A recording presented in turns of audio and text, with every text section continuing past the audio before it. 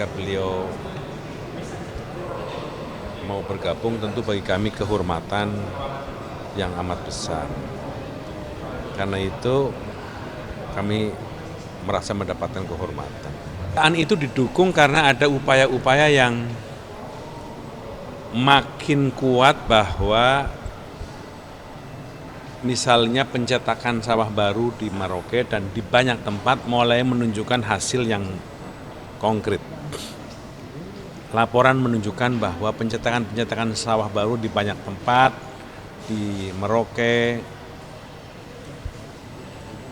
dan intensifikasi sawah, perbaikan irigasi, penambahan anggaran di bidang pupuk, termasuk perbaikan benih, mulai menunjukkan hasil yang signifikan, sehingga kemungkinan di tahun 2025 pemerintah untuk tidak mengimpor beras seperti yang disampaikan oleh Presiden Prabowo bisa terjadi. Mudah-mudahan itu bisa terwujud, tapi menurut saya sih jangan dipaksakan, karena stok pangan meskipun sekarang ini longgar, cukup bagus, tetap stok pangan harus cukup kuat. Tapi waktu Pak Prabowo, ini kalau komisi ini udah ada kabar juga soal apa, mungkin ada ini nggak sih Pak, ajakan juga Pak Jokowi untuk bergabung ke Gerindra? Ini soal kemarin Pak Prabowo kan G20 sama Narendra Modi bilang ada kesepakatan untuk impor beras bareng India. Apakah itu sudah ada kesepakatan antara India dengan Indonesia terkait impor beras? Prinsipnya stok pangan harus dijaga supaya persediaan pangan di dalam negeri harus cukup kuat. Dan Pak Prabowo akan berusaha sekuat tenaga untuk menjaga stok pangan dari persediaan yang bisa dihasilkan dari dalam negeri. Karena itu hasil panen akan dimaksimalkan dan beliau akan berusaha terus melakukan ekstensifikasi pencetakan sawah-sawah baru yang sekarang dilakukan, dan intensifikasi sawah-sawah yang sudah ada dimaksimalkan, irigasi diperbaiki, benih diperbaiki, kemudian pupuk ditambah, kemampuan petani ditingkatkan, dan seterusnya, sehingga kebutuhan pangan yang setiap hari bertambah, setiap tahun bertambah akibat dari pertambahan penduduk, kemampuan kita bisa ditingkatkan. Artinya impor beras itu buat cadangan aja ya Pak, untuk cadangan? Impor beras kalau dilakukan itu hanya untuk cadangan, kalau terpaksa harus dilakukan. Tapi kalau kami perhatikan itu hanya akan dilakukan jika kondisinya terpaksa. Kalau menurut cerita teman-teman yang di kabinet itu kondisinya aman sekali. Dan sekarang kondisi stoknya paling aman. Pak Muzani, pemerintah sedang membangun masjid negara baru di IKN. Ya. Harapannya seperti apa? Ya, masjid negara baru yang sekarang sedang dibangun di IKN bagian dari sarana dan prasarana yang dibutuhkan di IKN, karena nanti kalau kita pindah di IKN, tempat ibadah bagian dari yang dibutuhkan, apalagi kan masjid adalah sarana yang menjadi kebanggaan.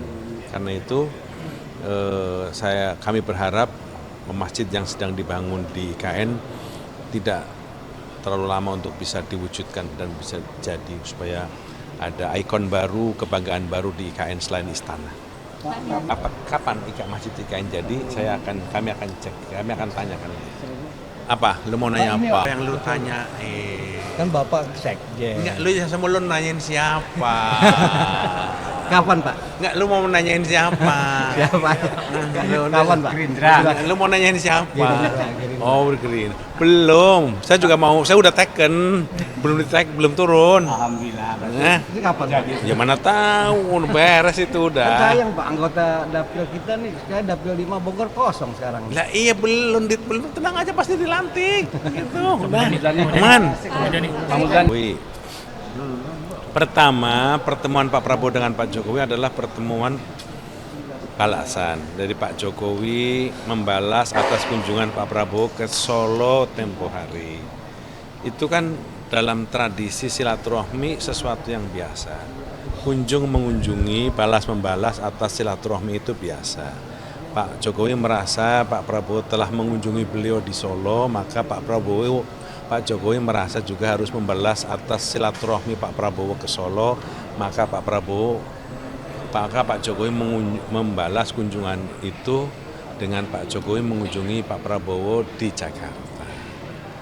Kira-kira seperti itu. Nah, apa yang dibicarakan ya yang ringan-ringan, yang enteng-enteng. Ajakan ke partai gitu nggak ada? Ajakan ke partai Gerindra kan Pak PDIP sudah bilang kalau bukan Pak Jokowi udah bukan kadernya lagi. Nah, siapa tahu Gerindra mungkin mengajak atau gimana Pak? Secara spesifik enggak. Cuman prinsipnya kan kalau Gerindra adalah partai terbuka.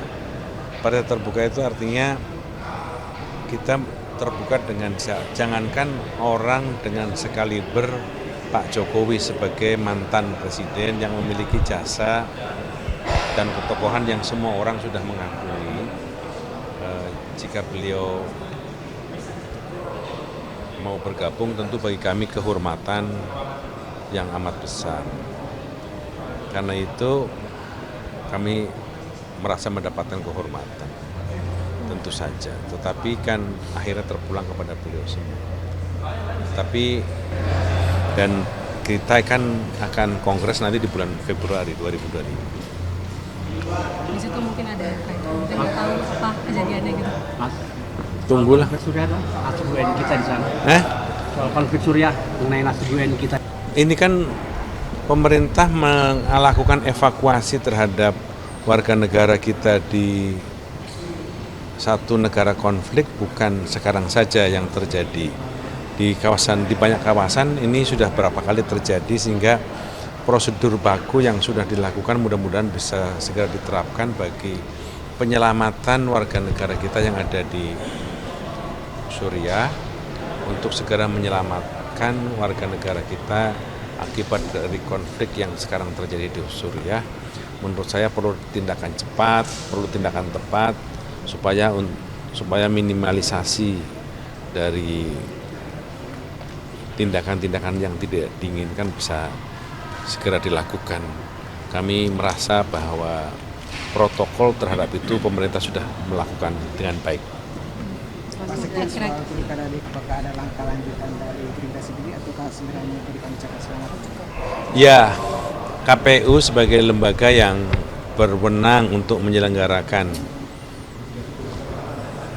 pilkada sudah mengumumkan dan hasilnya kita semua sudah tahu. Tentu saja kita menghormati dan menjunjung tinggi atas apa yang sudah diumumkan oleh Komisi Pemilihan Umum terhadap hasil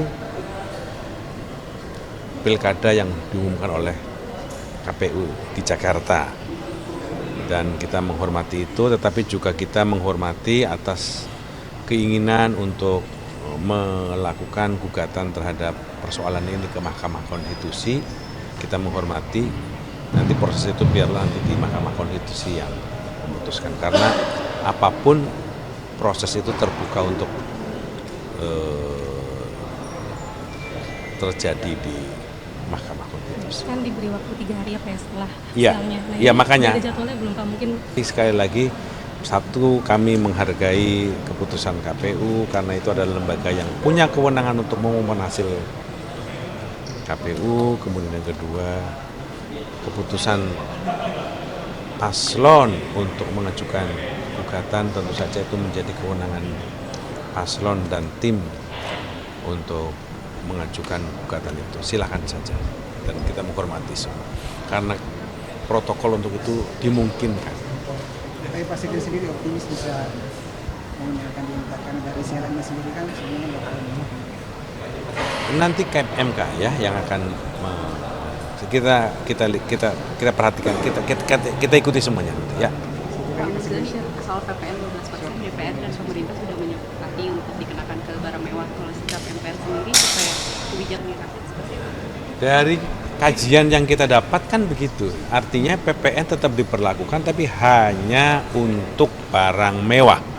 Tidak dikenakan untuk makanan, tidak dikenakan untuk minuman, tidak dikenakan untuk transportasi, tidak dikenakan untuk kesehatan, tidak dikenakan untuk pendidikan, semua sektor yang terkait dengan kehidupan rakyat kecil tidak dikenakan PPN 12%, hanya barang mewah. Artinya tidak ada sekalipun efek tidak langsungnya tidak akan membebani rakyat.